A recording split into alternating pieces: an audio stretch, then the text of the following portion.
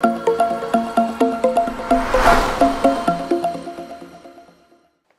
it was first published in 1943, The Fountainhead, containing Ayn Rand's revolutionary literary vision with the seeds of her groundbreaking philosophy, Objectivism, won immediate worldwide acclaim.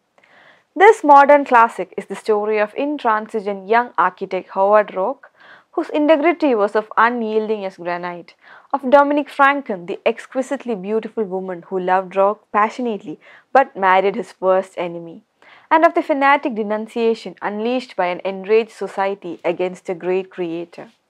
As fresh today as it was then, Rand's provocative novel presents one of the most challenging ideas in all of fiction, that man's ego is the fountainhead of human progress. The Fountainhead is a 1943 novel by Russian-American author Ayn Rand, her first major literary success. A writer of great power, she has subtle and ingenious mind and the capacity of writing brilliantly, beautifully, bitterly.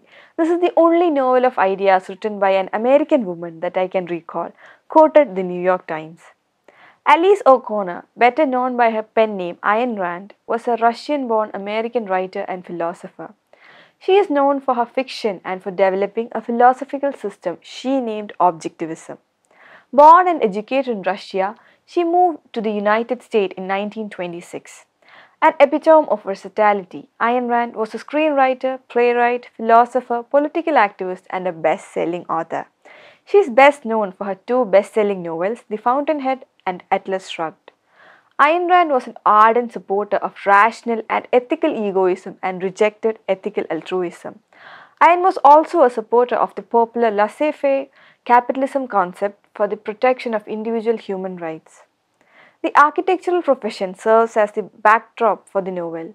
The story itself is quite interesting. Either Rand did a great deal of research or she did a good job faking it. In the early 1922, Howard Roark was expelled from the architecture department of the Stanton Institute of Technology because he had not adhered to the school's preference for historical convention in building design.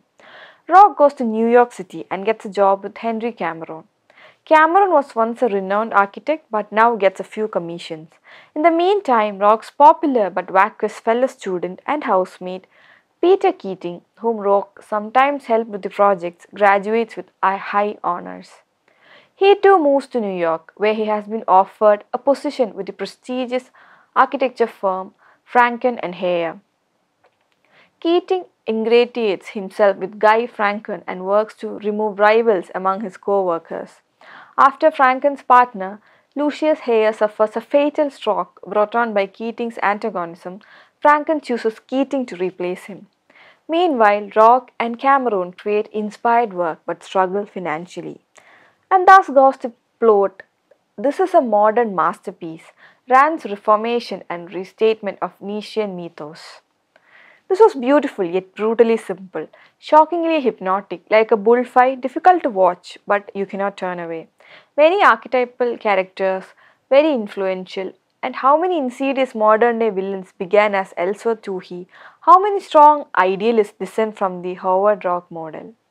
Like I said before, Ayn Rand's Fountainhead is more than its plot. Now coming to the philosophy, Rand's message is fairly clear. She doesn't abstract the message at all. In fact, she grinds it in as thoroughly and as clearly as she can.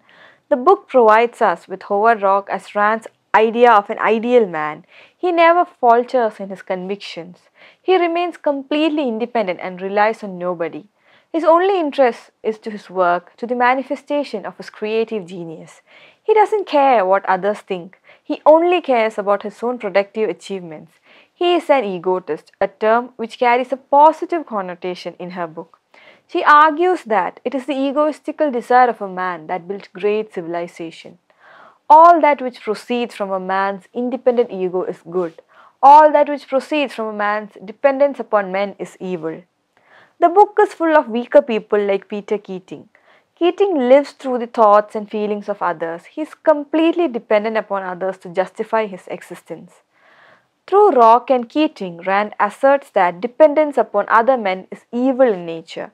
Keating lives not for himself but for others. Rand has a title for such people, second-handers. He can't do what he desires as he constantly worried about how others think of him. In a world where self-interest is ideal, acts of altruism are counterproductive and should be despised. At first, I was lost in this point, as it didn't seem to me that altruism was necessarily all bad. I see no problem with people giving of themselves to people they love. I also don't see a problem with my donating to various charitable endeavors.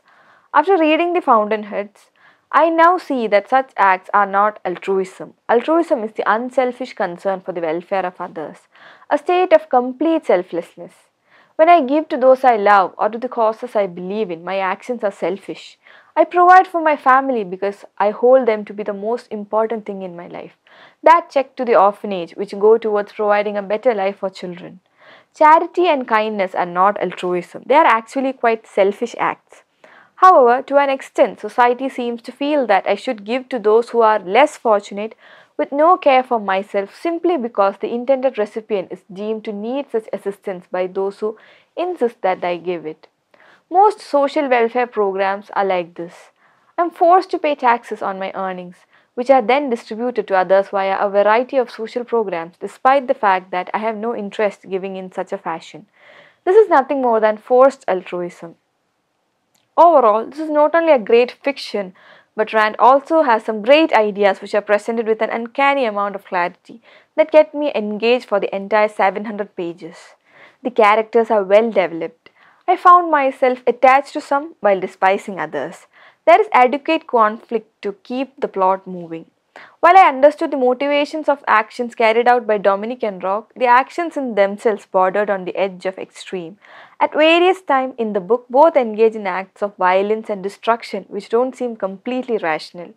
These issues aside, it's a very well written book. Ayn Rand said that the theme of Fountainhead is individualism versus collectivism, not in politics but in man's soul. The message of the novel is individualism.